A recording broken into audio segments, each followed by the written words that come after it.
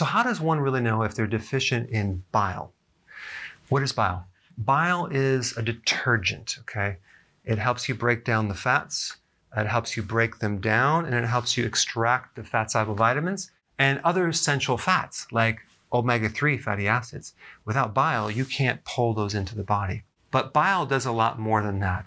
It helps keep your microbial balance in check. It helps keep the fat from building up in the liver.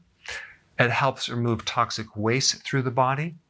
It helps eliminate the excess of cholesterol that your body doesn't need. It even helps lubricate the colon to allow food to go through the body a lot easier. So number one, if you're deficient, you're going to usually be low in one of the fat-soluble vitamins. So vitamin A, there's a lot of symptoms, but one would be you can't see in the dark too well. You're driving, you can't see at night too well. Vitamin D deficiency, bone pain, lowered mood, because one of the symptoms of vitamin D is depression. It could be lower immune system. It could be many different things. Psoriasis would be one. And if you're low in vitamin E, which is a fat-soluble vitamin, you might have dry skin. You may have hot flashes, chest pain.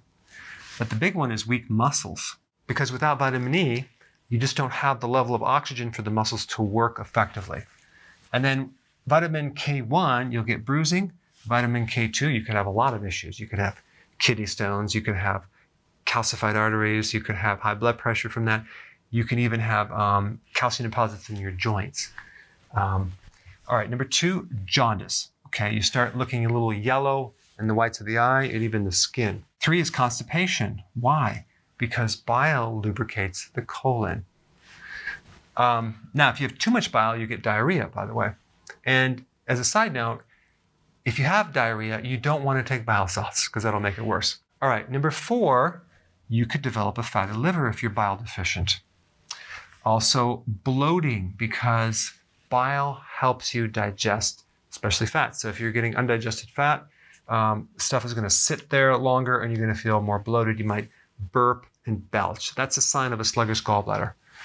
All right, number six, your stool floats. Why? Because you're not digesting fat and the fat ends up in your stool and it will float.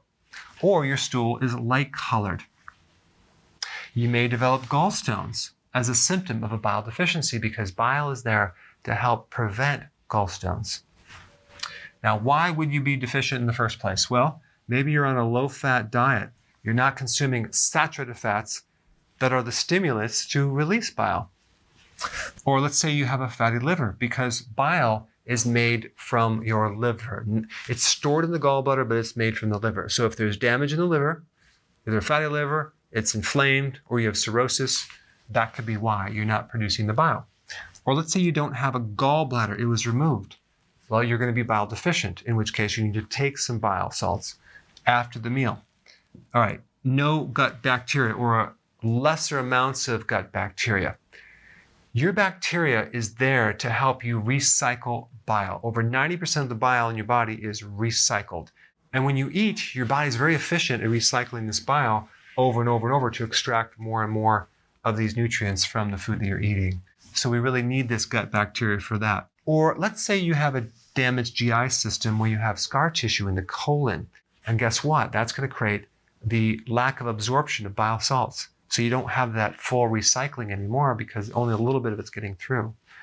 So whether you have Crohn's or irritable bowel syndrome or some past damage with your GI tract, that could limit your bile, in which case you might need to substitute and take some bile to achieve the right amounts. All right, guys, see you in the next video. So if you're enjoying this content, go ahead and share it with someone that could really benefit from it.